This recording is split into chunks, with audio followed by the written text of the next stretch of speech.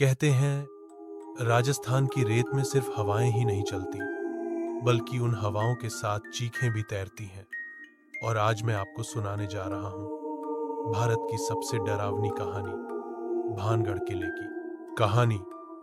यह सिर्फ कहानी नहीं, बल्कि इतिहास में दर्ज हुआ एक ऐसा राज है जो आज तक कोई सुलझा नहीं पाया। कहानी की शुरुआत होती है कई 100 साल पहले, जब आमेर राज्य के राजा भगवंत दास ने अपने पुत्र माधो सिंह के लिए यह विशाल किला बनवाया। यह जगह देखने में इतनी खूबसूरत थी कि लोग कहते थे भानगढ़ स्वर्ग का टुकड़ा है। लेकिन हर स्वर्ग के पीछे एक अंधेरा छिपा होता है। माधो सिंह का शासन शांति से चला और धीरे धीरे किले में एक नई रोशनी आई, जब उसकी वंशज के रूप में एक राजकुमारी पैदा हुई। उसका नाम था रत्नावती। कहते हैं रत्नावती इतनी सुंदर थी कि उसकी सुंदरता की चर्चा पूरे राजस्थान में फैल चुकी थी। राजकुमार, व्यापारी, साधु सब उसके दर्शन करने को तरसते थे।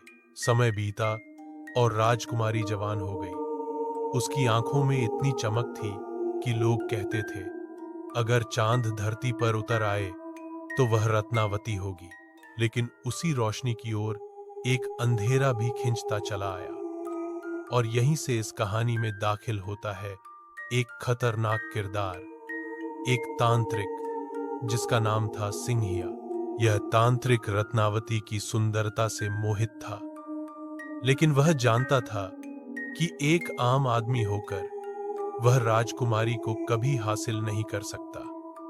और तभी उसने ठानी वह अपने काले जादू से राजकुमारी को अपने वश में करेगा। और बस यहीं से शुरू होती है भानगढ़ किले के खौफ की असली कहानी। सुंदरता जहां होती है, वहां लालच और पाप भी उसके पीछे पीछे आता है। और यही हुआ भानगढ़ में।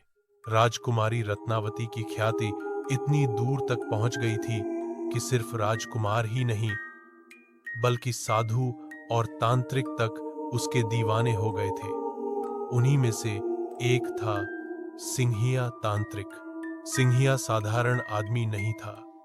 वह तंत्र मंत्र और काले जादू का बड़ा ज्ञानी माना जाता था। लोग उससे डरते भी थे और दूर भी रहते थे। लेकिन अंदर ही अंदर उसकी सबसे बड़ी कमजोरी थी रत्नावती। वह जानता था कि सीधे सीधे राजकुमारी को पाना असंभव है। इसीलिए उसने अपने काले जादू का सहारा लिया। एक दिन जब राजकुमारी अपने महल की सहेलियों के साथ बाजार गई, तो उसने देखा कि एक इत्र बेचने वाला तांत्रिक के साथ मिला हुआ था। उस इत्र में सिंहिया ने ऐसा जादू किया था कि जिसे भी वह लग जाता, वह उसी के वश में हो जाता। सिंहिया की योजना थी कि जैसे ही रत्नावती उस इत्र को लगाएगी, वह पूरी तरह उसके जादू में बंध जाएगी। लेकिन किस्मत ने करवट बदल दी। रत्नावती बेहद चतुर थी। उसने उस बोतल को हाथ में लेते ही तांत्रिक की चाल को भांप लिया। गुस्से में उसने वह बोतल पास खड़े एक पत्थर पर फेंक दी। जैसे ही बोतल टूटी, जादुई इत्र पत्थर पर बिखर गया और उसी पल वह पत्थर तांत्रिक की ओर लुढ़कता चला गया।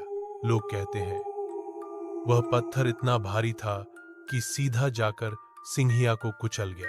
मरते मरते भी सिंहिया हंसा। उसकी आंखों में पागलपन था और उसकी आखिरी सांसों से निकला हुआ श्राप था, रत्नावती, अगर तू मेरी नहीं हो सकती तो यह किला भी किसी का नहीं रहेगा। भानगढ़ हमेशा खंडहर रहेगा, हमेशा उजाड़ रहेगा। उस श्राप के साथ ही अंधेरा किले की दीवारों में उतर आया। कुछ श्राप ऐसे होते हैं जिनकी गूंज सदियों तक मिटती नहीं। भानगढ़ उन्हीं में से एक है। सिंहिया तांत्रिक की मौत के बाद महल में खामोशी छा गई, लेकिन उसके श्राप की परछाई हर कोने में फैल चुकी थी। राजकुमारी रत्नावती उस हादसे के बाद जैसे बदल गई। लोग कहते हैं कि तांत्रिक की आखिरी हंसी और उसकी लाल आंखें रत्नावती की आत्मा का पीछा करती रही। वह दिन ब दिन उदास और बेचैन रहने लगी। कुछ महीनों बाद पड़ोसी राज्य ने भानगढ़ पर हमला कर दिया। अचानक आई इस जंग ने पूरे किले को हिलाकर रख दिया। राजा की सेना बहादुरी से लड़ी, लेकिन अजीब बात यह थी कि जहां भी सैनिक खड़े होते, अचानक उनके घोड़े ठोकर खाकर गिर जाते, उनके हथियार हाथ से छूट जाते, मानो कोई अदृश्य शक्ति उन्हें हार की ओर धकेल रही थी। युद्ध भयानक था। खून से महल की सीढ़ियां लाल हो गईं और उसी युद्ध में राजकुमारी रत्नावती का अंत हो गया। कहा जाता है कि उसकी आत्मा उसी दिन से भानगढ़ की दीवारों में कैद हो गई। लोगों ने देखा जैसे ही उसकी चिता जली, आकाश में अचानक काले बादल घिर आए, किले के ऊपर कौवे मंडराने लगे, हवाएं रुक गईं और हवा में सिर्फ एक चीख गूंज रही थी, भानगढ़ कभी नहीं बस पाएगा, कभी नहीं। उस दिन से किले की दीवारें टूटने लगी, सुंदर महल धीरे धीरे खंडहर बन गया और तभी से मानो रात होते ही वहां परछाइयां घूमने लगी। दीवारों से आहें सुनाई देती, टूटी छतों पर पायल की आवाज गूंजती। भानगढ़ उजड़ चुका था और श्राप ने अपनी पहली जीत ले ली थी। कई किले वीरान होते हैं, लेकिन भानगढ़ सिर्फ वीरान नहीं, जिंदा है। जिंदा उन परछाइयों से जो हर रात जाग जाती हैं। रत्नावती और उसके राज्य के खत्म होने के बाद भानगढ़ पूरी तरह से खंडहर बन गया। चारों तरफ सिर्फ टूटी दीवारें, गिरी छतें और जले हुए महलों के निशान बचे। लेकिन असली डर तब शुरू हुआ जब लोग उस जगह को छोड़कर बाहर बसे। कहा जाता है, जो भी व्यक्ति रात में किले के अंदर ठहरता, सुबह तक जिंदा वापस नहीं आता। गांव वाले बताते हैं कि रात होते ही वहां से औरतों की चीखें आती, पायल की झंकार गूंजती और कभी कभी किसी स्त्री की छाया किले की टूटी खिड़कियों में दिखती। कई बार लोग साहस करके रात को गए, किसी की हड्डियां मिली तो किसी का पता ही नहीं चला। धीरे धीरे भानगढ़ की यह खौफनाक कहानी पूरे हिंदुस्तान में फैल गई। इतना डर फैल गया कि सरकार को भी ऐलान करना पड़ा, सूर्यास्त के बाद और सूर्योदय से पहले कोई भी व्यक्ति भानगढ़ किले की सीमा में प्रवेश नहीं कर सकता। आज भी यह नियम पत्थर पर लिखे आदेश की तरह किले के बाहर टंगा है। कहा जाता है, आसी पुरातत्व विभाग के बोर्ड पर साफ लिखा है, यह रात में ठहरना मना है। जो भी रुका वह कभी सुबह तक जिंदा वापस नहीं लौटा। गांव वाले कहते हैं, रात को अगर भानगढ़ के पास से भी गुजर जाओ तो ठंडी हवाओं के साथ किसी अनदेखे हाथ का स्पर्श महसूस होता है। भानगढ़ का श्राप आज भी उतना ही जिंदा है जितना उस रात था जब रत्नावती की आत्मा कैद हुई थी। भानगढ़ अब सिर्फ एक खंडहर नहीं, बल्कि ऐसा दर्पण है जिसमें आज भी सदियों पुरानी चीखें सुनाई देती हैं। समय बदल गया, सदियां बीत गईं, लेकिन भानगढ़ आज भी अपनी खामोशी से चीखता है। दिन में यह जगह एक ऐतिहासिक स्थल लगती है। पर्यटक आते हैं, तस्वीरें खींचते हैं और किले की दीवारों को छूकर इतिहास को महसूस करते हैं। लेकिन जैसे जैसे सूरज ढलता है, हवा का रंग बदल जाता है। कई पर्यटक बताते हैं कि उन्होंने दिन में भी किले के अंदर अजीब अनुभव किए। किसी को अचानक लगा कि उसके पीछे कोई चल रहा है, लेकिन मुड़कर देखा तो वहां कोई नहीं था। किसी ने टूटी खिड़की से एक औरत का साया देखा।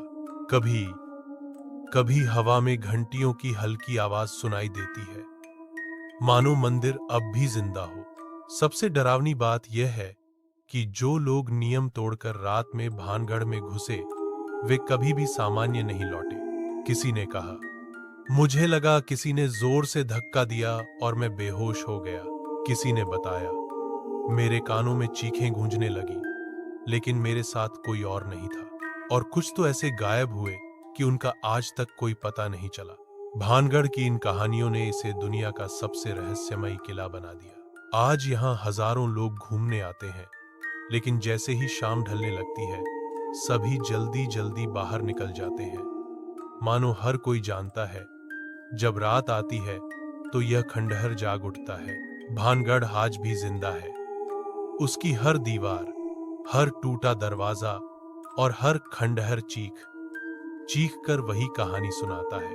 कहते हैं, जब भी रात होती है तो राजकुमारी रत्नावती की आत्मा अब भी महल की टूटी खिड़कियों से झांकती है।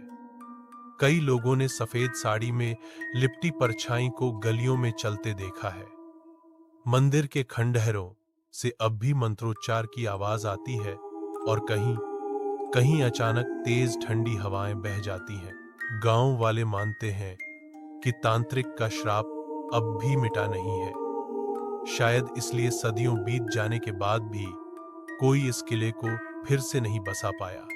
दिन में यह एक इतिहास लगता है, लेकिन रात में यह पूरा इलाका एक जीवित कब्रिस्तान बन जाता है।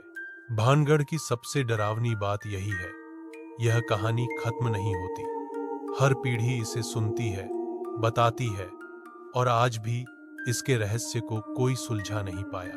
कहा जाता है, अगर कोई इंसान आधी रात को वहां रुके तो वह खुद अपनी आंखों से देख सकता है कि क्यों यह जगह एशिया का सबसे डरावना किला कहलाती है। भानगढ़ सिर्फ एक जगह नहीं है, यह डर का वह साया है जो हर किसी के दिल पर छा जाता है।